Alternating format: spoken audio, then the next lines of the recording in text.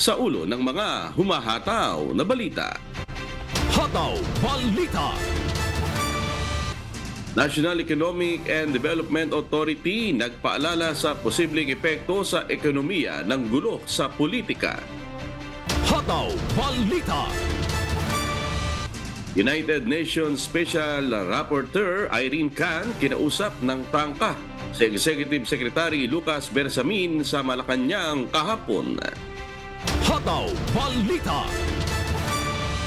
House Deputy Minority Leader at ACT Teachers Party List Representative Franz Castro nais paimbestigahan sa Kamara ang umano'y kaugnayan ni Vice President Sara Duterte sa drug killings. Hataw Balita. Taas presyo sa liquefied petroleum gas o LPG ipinatupad na ngayong buwan ng Pebrero. Hataw Balita. Philippine National Police Anti-Cybercrime Group pinag-iingat ang publiko laban sa modus operandi na kung tawagin ay lab scam. Hataw Balita.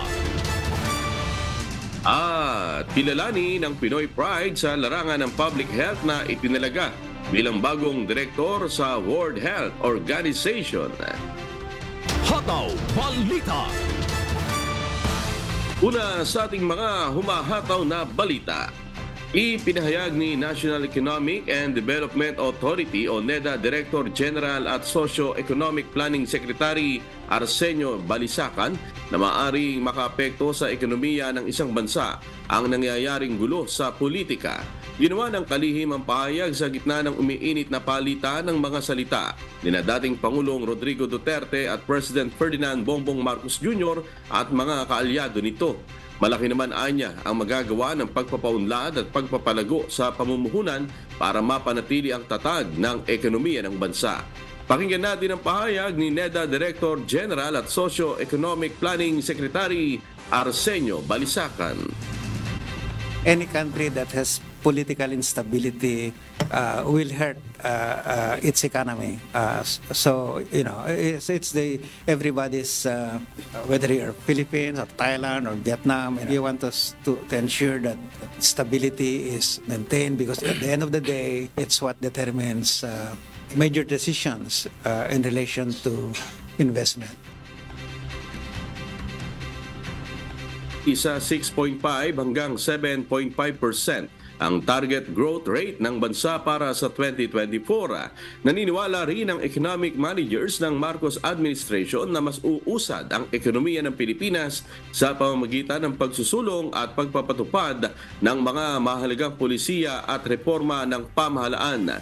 Tiniyak rin ni Secretary Balisacan na patuloy na magsusumikap ang pamahalaan na magpatupad ng mga programa at reforma na lalo pang magpapasigla at magpapaangat ng ating ekonomiya. Hataw Balita. Naniniwala si Finance Secretary Ralph Recto na hindi na aasa pa ang gobyerno sa pag-utang kung mapalalakas ang kita at pamumuhunan upang mapalago ang ekonomiya ng bansa. Ito ang posisyon ng kalihim matapos ilabas ng Philippine Statistics Authority o PSA ang ulat na umabot sa 5.6% ng Gross Domestic Product Growth o GDP ng bansa sa buong taon ng 2023. Hindi naabot ng gobyerno ang tinatarget na Gross Domestic Product Growth o GDP sa taong 2023 kung saan mas mababa ito sa inaasam na 6 hanggang 7% na growth rate. Ang GDP ay ang kabuang halaga ng mga produkto at serbisyo na ginawa sa loob ng bansa sa loob ng itinakdang panahon. Ito'y indikasyon kung umaangat ang kakayahan ng mga tao na magkaroon ng matatag at maginhawang buhay. Ayon kay Secretary Recto, susi sa paglago ng ekonomiya ang katiyakang may abot kaya at sapat ang supply ng kalakal sa bansa. Hataw Balita. Binisita ni United Nations Special Rapporteur Irene Khan si Executive Secretary Lucas Bersamin sa Malacanang kahapon, February 1. Ayon sa Presidential Task Force on Media Security, sumetro ang kanilang 1 oras na prangkang pag-uusap sa sitwasyon ng press freedom at freedom of opinion sa bansa. Natalakay din anya ang inaasahang mga hakbang ng pamahalaan para matiyak ang pagpapatupad ng rule of law at karapatang pantao sa bansa sa ilalim ng administrasyon ni Pangulong Ferdinand Marcos Jr. Dumating si Khan sa Pilipinas noong January 22 at nakatakdang magtagal hanggang ngayong araw ng Biyernes, February 2. Hataw Balita. Nais paimbestigahan ni House Deputy Minority Leader at ACT Teachers Party List Representative Franz Castro sa Kamara ang umano'y kaugnayan ni Vice President Sara Duterte sa drug killing sa Davao City. Anya, nakakabahalang maging sangkot ang isang Department of Education o DepEd Secretary sa matitinding aligasyon. Ayon sa mambabatas, hindi nakapagtataka kung bakit ayaw makipagtulungan ng Vice Presidente sa International Criminal Court o ICC. Pakinggan natin ang pahayag ni House Deputy Minority Leader at ACT Teachers Party List Representative Franz Castro. Well, kapag nag-file na kami ng resolutions o mag-iimbestiga ang Kongreso, wala siyang choice kasi in aid of legislation naman or eto kasi this involves din yung human rights, no? Violation. So, tignan lang natin kung hanggang saan natin mapupush na o dapat na or hanggang saan yung powers ng Kongreso para mapa-attend etong si Vice President Sara Duterte. Kasi involved talaga dito yung masyado napakahalagang usapin, yung human rights violations. Ayon naman sa isang House Deputy Majority Leader, kailangan dumaan sa proseso ang panukalang ito. Pakinggan natin ang pahayag ni House Deputy Majority Leader at ACT-CIS Party List Representative Erwin Tulfo. There are other matters that we need to look into. So depende siguro, dadaan pa yan sa House Rules, sa committee level. Hataw Balita. Nakatakda ng ipasa sa Lunes, February 5 ng House of Representatives ang isang resolusyon na nagpapahayag ng suporta sa liderato ng Kamara. Kasunod ito ng mga batikos at pagtuligsang ibinato sa mababang kapulungan dahil sa People's Initiative Campaign. Ayon kay House Secretary General Reginald Velasco, napagkasunduan ang nasabing resolusyon sa isang caucus noong Miyerkules, January 31, kung saan nasa 200 kongresista ang dumalo. Naniniwala din ang opisyal na hindi nito palalalain ang tensyon sa pagitan ng dalawang kapulungan ng Kongreso. Pakinggan natin ang pahayag ni House Secretary General Reginald Velasco. So, the House of Representatives, through this resolution,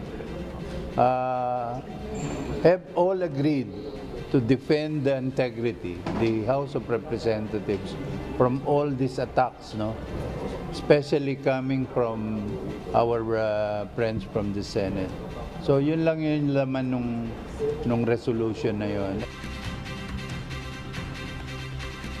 Ayon kay House Deputy Majority Leader at ACT-CIS Party List Representative Erwin Tulfo, direktiba ni Speaker Martin Romualdez sa mga kapwa kongresista na magbalik trabaho na kasunod ng bangayan bunsod ng mga kontrobersyang sa signature campaign.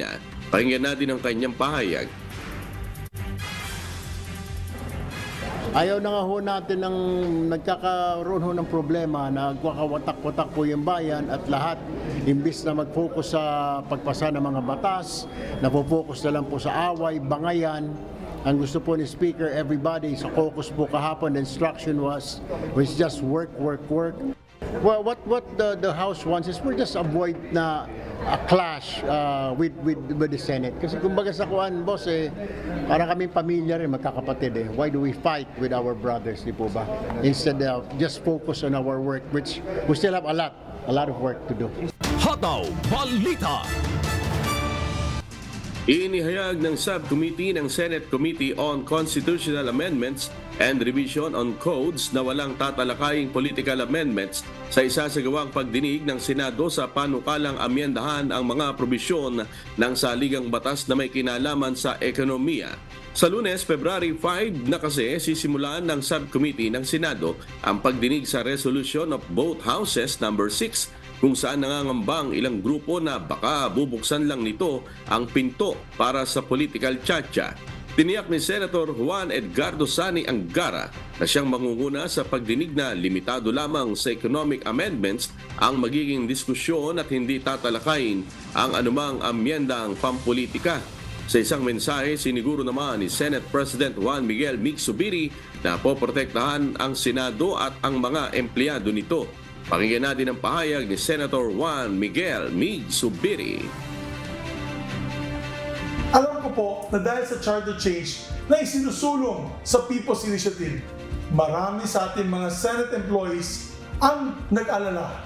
Gagawin ko ang lahat para protektahan ang ating demokrasya, protektahan ang ating institusyon, at protektahan ang ating mga empleyado. Hataw Balita. Ikinatuwa ng Commission on Elections o COMELEC ang ginawang pagbawi ng nasa halos 400 signature sheets na katumbas ng 3,757 na pirma sa bayan ng Hamtik Antique.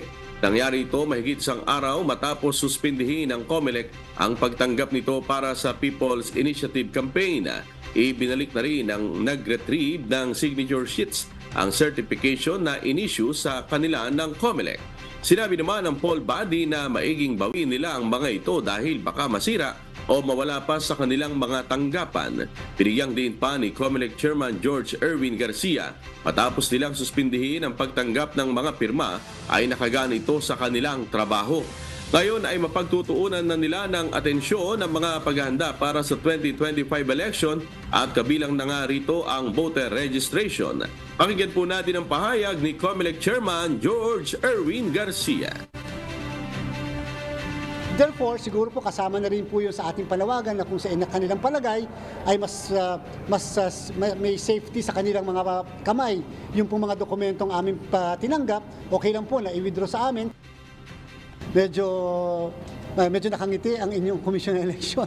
So kahit paano po medyo nawala sa aming mga dibdib yung napakabigat din na trabaho na inaasahan natin kung sakasakali magtutuloy-tuloy pa muna itong mga pagtanggap natin ng mga lagda. Hataw Balita. Oy, hindi masyadong magandang balita para sa mga consumer ng LPG. Dahil muli na naman pong tumaas ang presyo ng liquefied petroleum gas o LPG ngayong buwan ng Pebrero. Batay po sa abiso ng Petron Corporation, tumaas ng 95 centavos per kilogram ang presyo ng LPG at epektibo po ito simula kahapon February 1 habang ang Soleil naman ay magkakaroon ng dagdag na 91 centavos per kilogram. Katumbas ito ng mahigit sa 10 piso na dagdag presyo sa kada 11 kilogram na tangke. Samantala, magpapatupad naman ng 70 centavos per kilogram na taas presyo ang Regasco. Ito na ang ikalawang sunod na buwan ngayong taon na tumaas ang presyo ng LPG sa merkado. Hataw Balita. Tatagal ng 5 araw hanggang 1 linggo ang isinasagawang investigasyon para malaman ang sanhi ng banggaan ng 2 pampasaherong sasakyang pandagat Kamakalawa sa karagatang sakop ng Batangas. Ayon sa Philippine Coast Guard, inaalam sa fact-finding investigation kung sino ang may pagkukulang kaya nangyari ang naturang insidente. Habang nagpapatuloy ang pagsisiyasat ng mga otoridad, sinuspindi na muna ng PCG ang biyahe ng iba pang mga water taxi ng kumpanya ng Hope and Go doon. 2 crew ng Hope and Go ang nasawi, kabilang na ang kapitan ng water taxi nang makambanggaan nito ang Ocean Jet 6 na isa ring passenger vessel na may lulan namang 105 na pasahero at 19 na crew. 2 naman sa 5 turista na sakay ng water taxi ang nagtamo ng mga injury. Pakinggan natin ang pahayag ni Commander Como Geronimo Tubilla. Ginangat namin yung wreckage no, naiangat na namin. Parang pinoforensic ano siya, no, tinitignan yung tsura niya, saan yung impact, ilang metro, ganyan ang ginagawa namin ngayon. Para may put into, it's like a piece of puzzle. Hindi naman pwedeng yung statement lang ng kapitan ng Ocean Jet o ng crew ang kukunin mo. Siyempre, yung mga witnesses doon, yung pasahero ng boat vessels, yung nating survivor na pasahero ng water taxi at yung 105 na pasahero ng Ocean Jet para mai-assemble natin yung puzzle. Pangunahing sisilipin sa investigasyon ng naging desisyon ng mga kapitan kung mayroon bang mga lookout at nakita nilang papalapit na barko bago mangyari ang insidente. Pakinggan po natin ang pahayag ni PCG spokesperson Armand Balilo. Atin titignan din po yung gamit ng mga barko, kung lumabas ba sa radar at gaano kalayo. Kasi yung area na yon ay may traffic separation scheme at titignan din kung sila ay nasa tamang pwesto nung sila ay parehong naglalayag. So yun ang mga bagay na titignan at hopefully matapos kagad yung investigation. Hataw Balita. Sa iba pang balita, inanunsyo ng Department of Health o DOH ang pagkakatalaga ng Pinoy health expert na si dating DOH Undersecretary Dr. Susan Mercado bilang bagong Director for Program Management in Western Pacific Region ng World Health Organization. Si Dr. Mercado na may mahigit 30 taong karanasan sa public health, ang kauna-unahang Pilipinong napagkatiwalaan ng WHO na italaga sa ikalawa sa pinakamataas na posisyon sa Western Pacific Region. Very proud naman at welcome sa Department of Health ang bagong appointment ni Dr. Mercado. Ang WHO ay isang international organization na binubuo ng 194 member states kung saan 37 sa mga ito ay kabilang sa Western Pacific Region. Pangunahing trabaho ng bagong direktor na lumikha ng practical solutions sa public health issues sa Pilipinas at maging sa Western Pacific Region. Tulong muna bago balita. Tinulungan ng UNTV News and Rescue Team ang isang babae na angkas ng motorsiklong nabangga ng isang minivan sa Butuan City. Sa Iloilo City naman, nirespondihan din ng rescue team ang pananaga sa isang lalaki ng kanyang katrabaho sa isang construction site. May hataw na balita si Hazel Persas. Hataw Balita. Wala ka na dito. Ha? Wala ka. Hindi ka katukaon. Ha? Nagkala ng kamot ka. Wala. Sayod magkaon din na po. Asa mga kila sa kitana tayo ang kanay. Kanang duha. Ika pwede makatindog pa ka din. Dili. Ikaw na yung sa kapil. Bakit ito niya? Kung nakuha mo na kung hindi pinabay mo ito dito sa tayo. Isang banggaan ng motorsiklo at minivan ang nerespondihan ng UNTV News and Rescue Team sa intersection ng GP Rosales Street at U Street sa Barangay Nimaha, Butuan City. Nadatnan ng team ang dalawang sakay ng motorsiklo na parehong nakaupo sa gitna ng kalsada. Base sa assessment ng team, wala namang pinsalang natamo ang driver ng motorsiklo. Pero ang angkas nitong babae, nagkaroon ng pamamaga at pasasaka ng bahagi ng kanyang binti na kagad namang nilapatan ng paunang lunas. Kinilala ang babaeng sakay ng motorsiklo na si Ivy Tagunsod, 19 years old. Ayon sa driver ng motorsiklo na si Wally Pulido, ihahatid na sana niya si Ivy pauwi mula sa pinapasukan nitong eskwelahan nang mangyari ang insidente. Siyempre ulan, so nasa kung una nga maginahinay lang, kay wala mo po gidalian kay uli naman po mi. So well pa uli mi, nakita na ko itong itong sakyanan niya nakabangga sa mo na patabok siya. So wala pa lang siya sa agyanan, wala pa lang nisulod yung sakyanan. Ako na siyang gibusinahan. Kay tanaw na ko yung sakyanan, so magi siya nagsignal. So para sa ako, wa siya nagsignal, so matik nga mo tabok ra siya. So kami nanami diri sa kananan, diri sa Ocean Seafoods, nanami dira. Gibusinahan ako siya. Kusog gid ang busina, gipundor gid na ako. Kay abi na ako makadungog siya. So tinga ko, well pa dool mi. Di man siya muhunong pod. pasulod po siya kapil. So, alanganin na po kayo mo, mo hunong pa ko kay pasulod naman mi sa, while palahos na mi, niabot gid siya sa amo, mo nabanggaan mi niya. Matapos ang inisyal na assessment at pagbibigay ng paunang lunas kay Ivy, inihatid ito sa Butuan Medical Center. Samantala, iniimbestigahan naman ng mga pulis ang driver ng minivan na nakabangga sa dalawa. Isang tawag mula sa Iloilo City Emergency Responder na natanggap ng UNTV News and Rescue Team kaugnay sa insidenteng pananaga sa isang lalaki sa isang construction site sa Halandoni, Lapus, Iloilo City. Sugat sa ulo, pisngi at tagiliran ang tinamo ni Rene Bolano, 32 anyos na dinatnan ng team na nasa La Paz, Iloilo City Police Station na. Binigyan kaagad ito ng first aid. Ayon sa paunang investigasyon, nagkakasiyahan lamang sina Bolano at ang kanyang katrabaho na si alias Jojo na hindi sila magkaintindihan at nagulat na lamang si Bolano na may hawak ng itak ang katrabaho at nilapitan at pinagtataga na siya nito. Nagdesisyon naman ang kanyang pinsan na siya na lamang ang magdadala kay Bolano sa pinakamalapit na ospital. Diyos ang aming sandigan, serbisyong publiko ang aming pinahahalagahan. Hazel Ferzas, humahataw.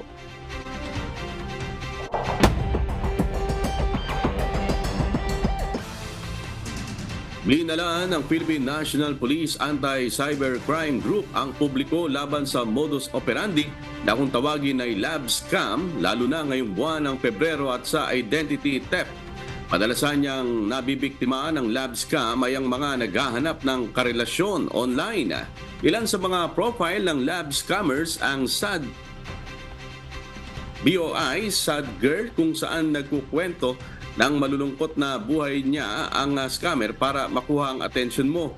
Kabilang din ang mga tinatawag na the seducer, the investor, serviceman, the escort, the blackmailer, the slow burn na nagpapanggap na harmless, at the predator na target naman ng mga batang biktima. Nagkaroon naman ng pagtaas sa kaso ng identity theft noong nakarang taon kung saan umabot ito sa 12.2% kumpara noong 2022.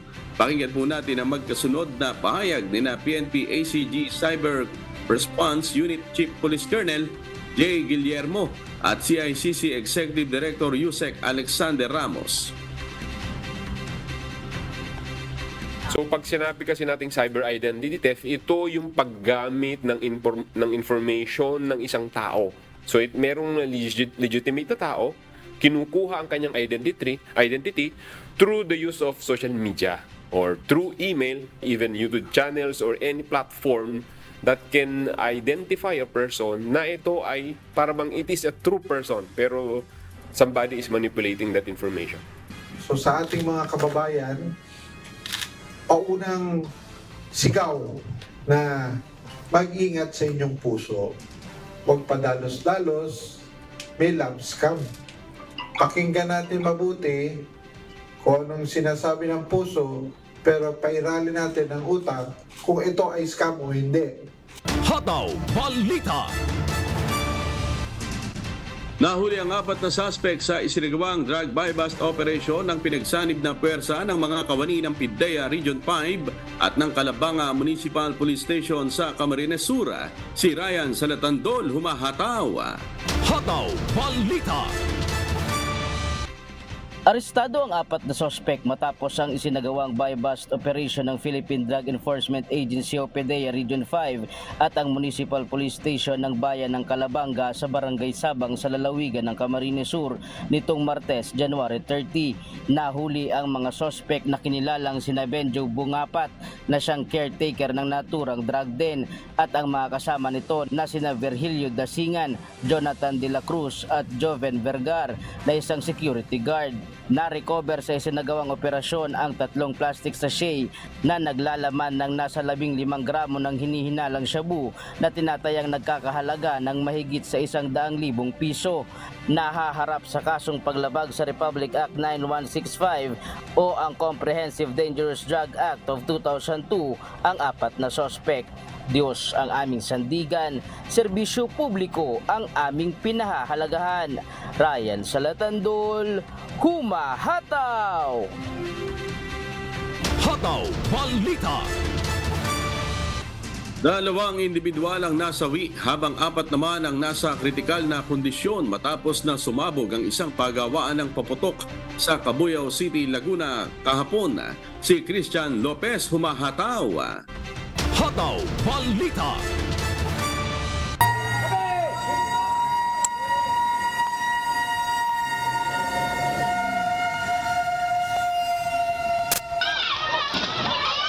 Isang pagawaan ng paputok ang sumabog at nasunog sa Barangay Biga, Cabuyao, Laguna pasado alas 3 ng hapon nitong Huwebes, February 1.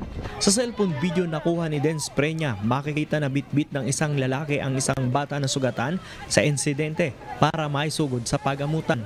Agad namang rumusponde ang mga tauhan ng Bureau of Fire Protection, katuwang ang City Disaster Risk Reduction Management Office, Cabuyao City at iba pang mga volunteer para mapula ang apoy.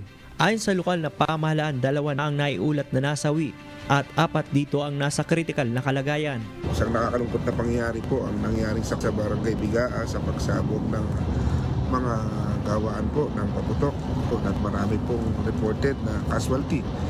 Sugatan at meron pa po mga critical tayong mga kababayan na marami ho nadala sa ospital ng Cabuyao.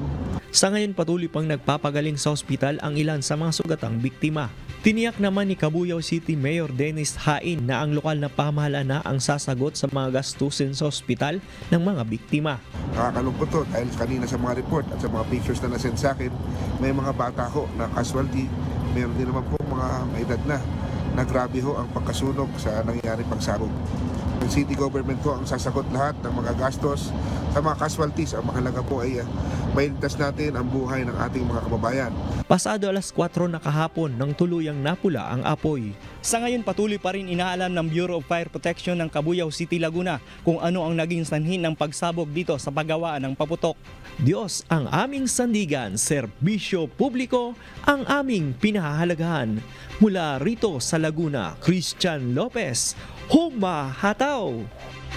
Hataw Balita.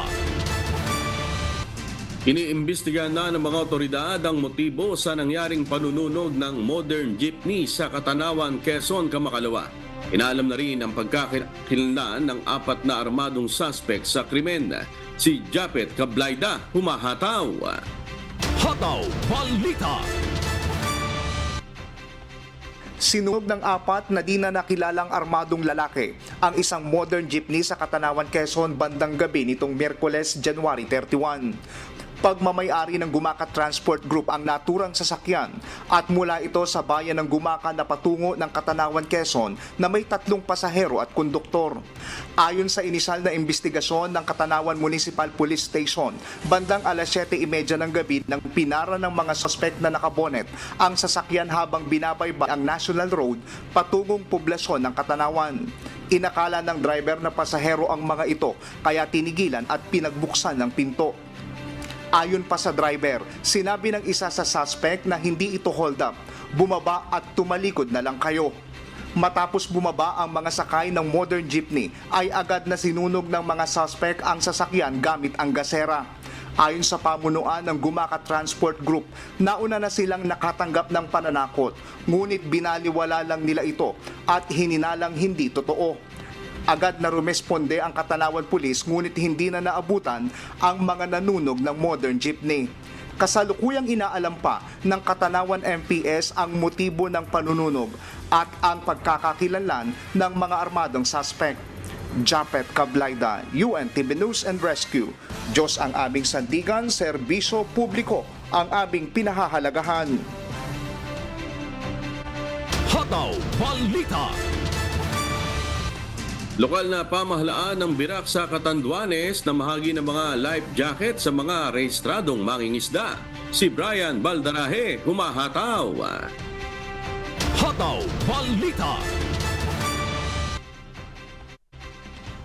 Sa layuning masiguro ang kaligtasan ng mga maliliit na mangingisda, patuloy ang isinasagawang pamamahagi ngayon ng lokal na pamahalaan ng Birak sa Catanduanes ng mga life jacket sa mga rehistradong mangingisda sa nasabing bayan. Kabilang sa mga pinagkalooban nito ang mga operator at mga may-ari ng mga desagwan at motorized na bangka. Batay ang nasabing hakbang sa ordinansang ipinatupad ngayon sa bayan ng Virac, Catanduanes, kung saan inoobligan nito ang lahat ng mga mangingisda na magsuot ng life vest, lalo na kung ito ay maglalaot ng mahigit 1,000 meters mula sa baybaying dagat. Layo nitong mailigtas ang mga mangingisda sa oras na datnan ng sama ng panahon sa gitna ng laot. Pagmumultahin naman ng 1,500 pesos kada pasahero ang sinumang operator ng motorized na bangka na mahuhuling walang suot na life vest ang mga sakay nito. Kapag may nangyaring aksidente, 5,000 piso at 1 taong pagkakakulong naman ang ipapataw sa mga operator ng pampasaherong bangka na hindi sumusunod sa naturang ordinansa. Sa ngayon, mahigit 700 life vest na ang naipamahagi ng local government unit ng Virac sa mga maliliit na mangingisda sa nasabing bayan. Diyos ang aming sandigan, serbisyo publiko ang aming pinahahalagahan. Brian Baldarahe, humahataw. Hataw Balita. Simula kahapon, araw ng Huwebes, February 1, inumpisahan na ang province-wide vaccination para sa mga alagang aso sa probinsya ng Iloilo. Layo ng naturang aktibidad na maging rabies-free ang buong lalawigan. Batay sa ulat ng Provincial Health Office, 1 kaso na ng rabies ang naitala sa Iloilo ngayong buwan, kung saan isang 17 anyos na binata ang nasawi noong January 3 matapos kagati ng asong gala. Ayon sa resulta ng RT-PCR test ng biktima, lumabas na positibo ito sa rabies. Inanyayahan ng mga pet owner na pabakunahan ang kanilang mga aso at pusa dahil libre naman ang bakuna at bukas sa lahat. Tinatayang nasa 8 milyong piso ang halaga ng mga bakuna na binili ng pamahalaan o 20,150 vials ng vaccines. Magtatagal ang isasagawang pagbabakuna hanggang sa buwan ng Abril taong kasalukuyan. As of December 31, 2023, 228,984 dogs o 75.75% ng total dog population of 302,302 ang bakunado na. Hataw Balita. Itinataguyod ng Central Luzon State University o CLSU sa Nueva Ecija ang pagpaparami o pag-aalaga ng Itik Pinas o IP. Layunin ng naturang hakbang na palakasin ang pag-aalaga ng mga itik sa lalawigan dahil sa lumalaking pangangailangan ng itlog at karne ng pato sa bansa. Si Danny Munar, humahataw. Hataw Balita. Isinusulong ng Central Luzon State University o CLSU ang pag-aampon o pagpaparami ng Itik Pinas o IP sa Nueva Ecija.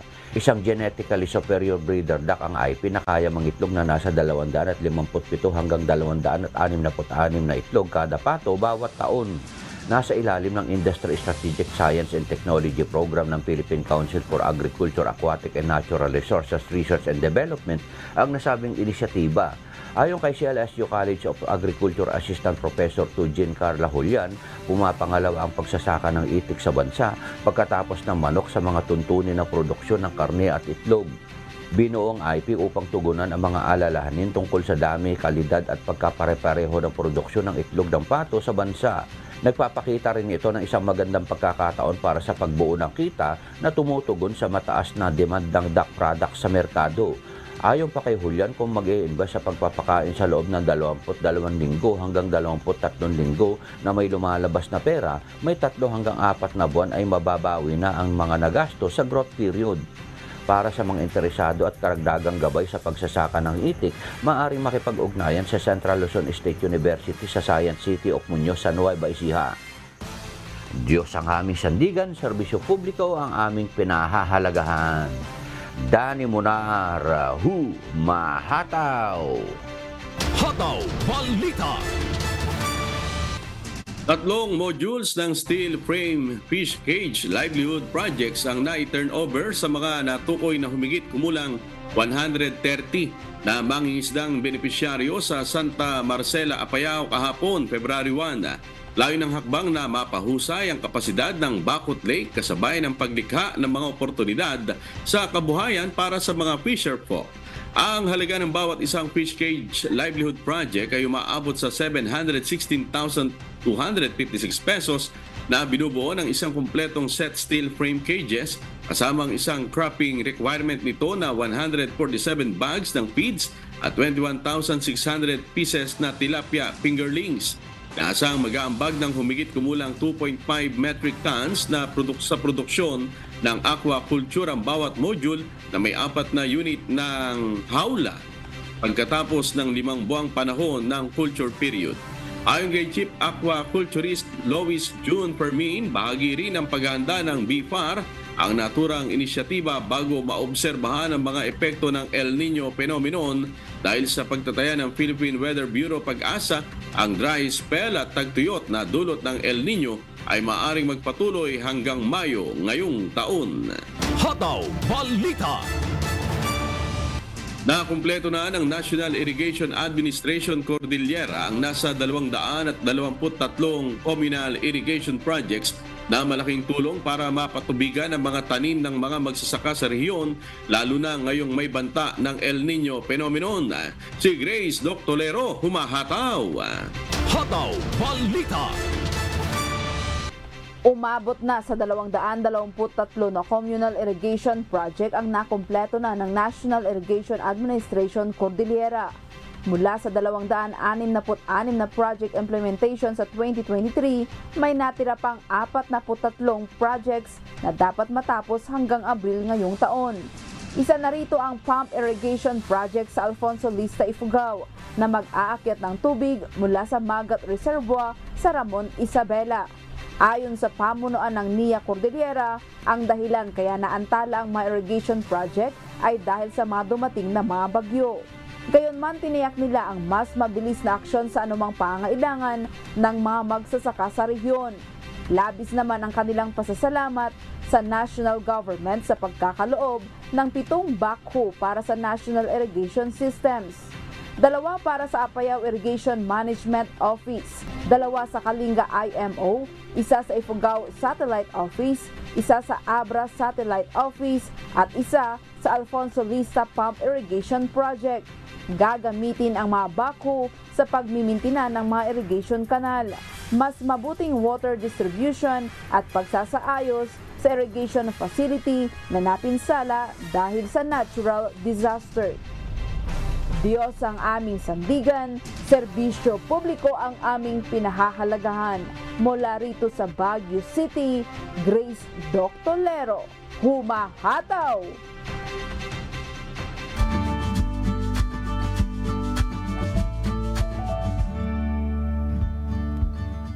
Alamin ang magiging lagay ng panahon sa iba't ibang bahagi ng bansa ngayong araw ng Biyernes. Panoorin po natin ang update mula sa Philippine Weather Bureau Pag-asa.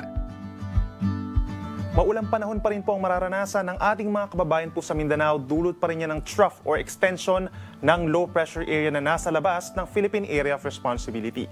As of 2 in the morning, huling namataan ng LPA, higit 300 kilometers po timog ng Zamboanga City at mababa pa rin po ang tsansa na ito ay maging isang bagyo. Inaasahan po natin within 24 hours, kikilos pa rin po pakaliwa or westward itong low pressure area kung saan palapit dito sa may Sabah, Malaysia at posibleng malusaw na rin po over the weekend. Samantala, bagamat nakakaapekto pa rin po ang northeast monsoon or amihan sa malaking bahagi ng Luzon, humihina na po ito at inaasahan po ang mahihinang pag-ulan pa rin sa may silangang bahagi. Ngayong araw po dahil sa amihan, asahan pa rin po ang mga pag-uulan at makulimlim na panahon sa malaking bahagi ng Bicol Region, Aurora and Quezon provinces, lalo na ngayong umaga. Dito sa may Aurora and Quezon, minsan katamtaman po yung mga pag-ulan, lalo na yung mga malapit po sa Sierra Madre Mountains. Habang pagsapit naman po ng hapon hanggang sa gabi, mababawasan na yung mga pag-ulan dito sa may Bicol Region. Samantala, dito naman sa Metro Manila at natitirang bahagi ng bansa, ganun pa rin pong weather conditions natin, bahagyang maulap at minsan maaraw naman sa umaga. Then pagsapit ng hapon hanggang sa gabi is partly cloudy to cloudy skies, lalo na dito sa may areas po ng Cagayan Valley and Cordillera Region, habang mababa pa rin po ang tsansa ng ulan, lalo na dito sa may western section of Luzon. Dahil po sa umiihinang amihan, ay umaangat po yung ating mga temperatura, nababawasan yung lamig sa madaling araw at nadaragdagan yung init sa tanghali. Kung dito sa Metro Manila, between 24 to 31 degrees Celsius, habang sa Baguio naman between 15 to 24 degrees Celsius ngayong araw. Sa ating mga kababayan po sa Visayas, pinakang uulanin pa rin dahil sa trough ng low pressure area itong buong Central Visayas kabilang ng Metro Cebu at ang mga lalawigan ng Southern Leyte and Negros Occidental. Ngayong umaga hanggang tanghali, pinakamalalakas po yung mga pag-ulan kahit mag-ingat pa rin po sa mga posibleng pagbaha at pagguho ng lupa. Dito naman sa natitirang bahagi po ng Visayas, bahagyang maulap hanggang maulap pa rin ang kalangitan na sinasamahan ng mga saglit ng mga pag-ulan or pagkidlat, pagkulog. Temperature natin sa malaking bahagi po ng Kabisayaan, hindi hihigit sa 30 degrees Celsius. At panghuli sa ating mga kababayan po sa Mindanao, asahan pa rin po ang maulang panahon. Kung lalabas ng bahay, magdala ng payong dahil magiging makulim naman panahon at aasahan as early as this morning yung kalat-kalat na ulan and thunderstorms, lalo na po sa may Caraga, Davao Region and Socsagen. Then pagsapit ng tanghali hanggang sa gabi, magko-concentrate naman yung mga pag-ulan dito sa paligid po ng Mora Gulf, kabilang na dyan ang Bangsamoro Region, Socsagen at timog na bahagi po ng Zamboanga Peninsula. Kaya't mag-ingat pa rin po sa mga pagbaha, lalo na sa mga low-lying areas at yung mga malapit sa ilog. Possible pa rin po yung pagguho ng lupa, lalo na po sa mga bulubundukin na lugar. And in terms of our temperature, sa Zamboanga City po, hindi pa rin kalamigan, 25 to 33 degrees Celsius, habang sa Davao naman po hanggang 31 degrees Celsius. Sa ngayon po, dahil sa mahinang amihan, ay aasahan pa rin natin yung banayad ng katamtamang mga pag-alon sa western section ng ating bansa, habang sa silangang baybayin naman po ng bansa ay moderate to rough seas naman po hanggang nasa 3 metrong taas ang mga pag-alon. Equivalent po ito sa isang palapag na gusaling taas sa mga pag-alon, kaya medyo mapanganib pa rin po ito sa mga maliliit na sasakyang pandagat, lalo na sa mga nangingisda. And over the weekend, wala naman po tayong magiging pangamba in terms of sea travel suspensions. Temperature or sunrise po natin is 6:24 in the morning at sunset ay 5:55 ng hapon. At napanood po natin ang update mula kay Pag-asa Weather Specialist Benison Estarreja. Tandaan, sa bawat araw na ating nasisilayan, tayo magpasalamat sa Diyos na may lalang.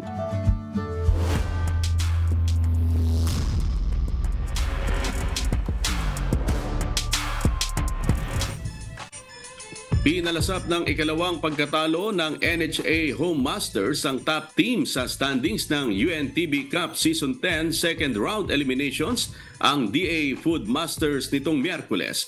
Nagwagi naman ang Senate Defenders sa kanilang neck-and-neck battle ng Ombudsman Grap Busters.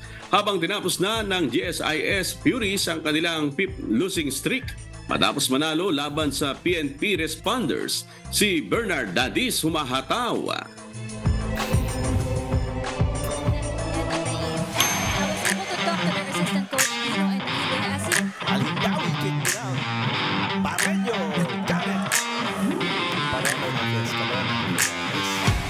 Muling nakabalik sa winning momentum ang GSIS Furies. Ito ay matapos nilang dominahin ang PNP Responders sa triple header ng UNTB Cup Season 10 Second Round Eliminations sa Nova Desi Convention Center sa Quezon City sa score na 94-75. Best player of the game si Rene Boy Bansali na humakot ng 28 points, 11 rebounds, 5 steals at assist at 2 blocks. Dahil sa panalo, natapos na ang 5th losing streak ng GSIS na huling nagwagi noong November 19, 2023. Magandang senyalis ito para sa GSIS dahil nabuhay ang kanilang chance na makapasok pa sa quarterfinals. Subalit kailangan pa nilang maipanalo ang huli nilang 2 laban kontra sa Senate Defenders at second place ngayon sa standing na AFP Cavaliers. Sa ngayon umangat sa ika-8 pwesto ang GSIS mula sa ika-9 na pwesto na may 4-5 win-loss record. Habang ang PNP ay nalaglag mula sa 7th spot sa ika-9 na slot na may 4 na panalo at 5 talo. Yeah, we just watched yung games namin. We saw some things that we need to adjust. And then also yung players just wanted to win this game. They wanted to win badly. That's why I think we won the game. Well, actually wala kaming preparation sa GSIS kasi until now, yung detail order ng mga police is wala pa. So, meron kaming 2-day practices. Halos ilan lang nakakapunta kasi may mga trabaho silang dapat unahin.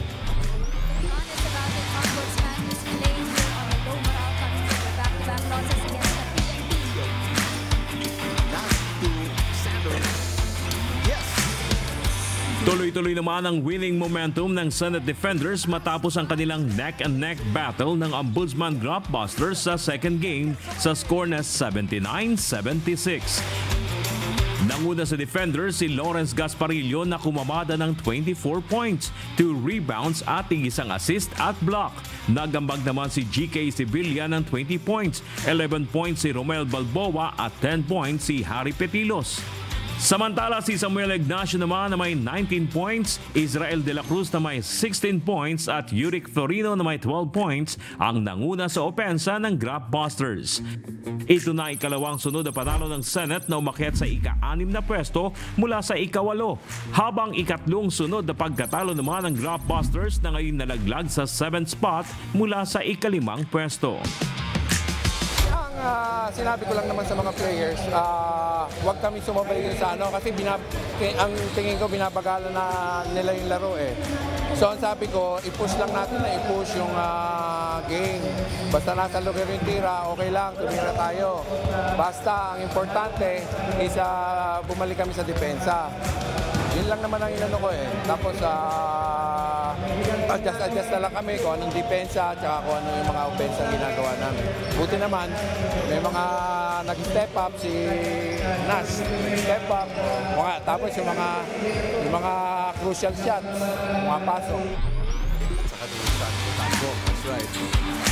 Mercado with the catch and the first field goal para sa Estica. At dito para kay Mercado. And speaking of Mercado, back-to-back baskets. At sa third game, it's the Battle of Masters. NHA Home Masters versus Department of Agriculture Food Masters. Pinakain ng ikalawang pagkatalo ng NHA Home Masters ang DA Food Masters sa nakangingilong score na 112-76. Epektibo ang inihandang game plan ng Home Masters sa Food Masters para hindi na ito makaporma at makahabol mula nang idikta nila ang momentum ng ball game hanggang sa matapos ang oras. Hindi. Actually, parang road game kami ngayon eh. Ang game namin, Sunday, Wednesday, Sunday. So yung preparation na namin against sa team na to, 2 days lang eh. Kahapon at saka nung Monday. So naglaro lang talaga ng todo yung mga players. Talagang ayaw na nilang matalo. Tapos talagang sineryoso nila, pati yung mga training na ginawa. Kaya siguro nag-pay off naman sa amin. At nakakuha kami ng panalo. Yung players kasi, siguro mas hungry yung kalaban namin ngayon. Kami nag-prepare pero mas magandang preparation siguro ginawa na NHA. So siguro yung mindset namin wala rito pero physically andito kami. Kasi yung execution hindi nagawa. Una pa lang may nagkaintindihan sa dugout na okay lahat. So ito gagawin natin. Unfortunately, sabi ko nga, siguro wala sa focus yung mga players. Best player of the game sina Alvin Vitug na kumolekta ng 23 points, 9 boards at 5 dimes. At si Marvin Mercado may 21 points, 15 rebounds, 2 assists at 3 blocks. Dahil sa panalo, umakyat sa 4th spot ang NHA mula sa rank 6. Nanatili naman sa itaas ng standings ang DA na ngayon ay may 7-2 win-loss record. May tig-2 laban na lamang na nalalabi ang bawat kupunan sa pagtatapos ng second round eliminations. Kaya napakahalaga ng bawat panalo. Ang top 1 na 2 ay makukuha ang automatic semifinals ticket, habang ang number 3 hanggang 8 sa standings ay maglalaban sa quarterfinals via single round robin. At magpapaalam na sa liga ang nasa ika-9 at ika-10 pwesto. Bernard Daddy's UNTV News and Rescue. Diyos ang aming sandigan, serbisyo publiko ang aming pinahalagahan. Hotaw Balita. At sa atin naman pong shoutout po kay Brad Louie Lipanya ng Nagkaralan, Laguna, at sa tito ate ko yan sa Luca, Italy, at si Tita Nene La Pastora. At siyempre si Mami Beth at Brad Dan Razon and Kuya Daniel and family. At greetings po sa lahat ng nasa MCGI Clinic sa Marikina City. At shoutout din sa buong Pilipinas at sa iba't ibang panig ng mundo. Ganoon din sa mga tagapakinig ng Hataw Balita Pilipinas sa Radyo Liberdad 1350. At tuloy-tuloy pa rin po ang isinasagawang mass indoctrination ng MCGI. Day 5 na po tayo. Mamayang alas 7 po ng gabi, Philippine Standard Time sa official MCGI social media accounts. Kabilang po ang MCGI channel, ang official YouTube channel ng Members Church of God International. Patuloy rin po namin kayong inaanyayahan na makiisa sa Global Prayer for Humanity tuwing Lunes hanggang Biyernes alas 9:30 ng gabi. Ito po'y naka-stream ng live sa lahat ng MCGI social media accounts. Ang Global Prayer for Humanity ay bukas po sa lahat, anuman ang inyong relihiyon o lahi.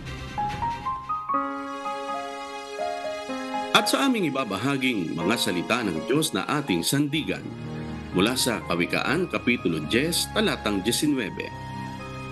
Sa karamihan ng mga salita ay hindi nagkukulang ng pagsalangsang, ngunit siyang nagpipigil ng kanyang mga labi ay gumagawang may kapantasan.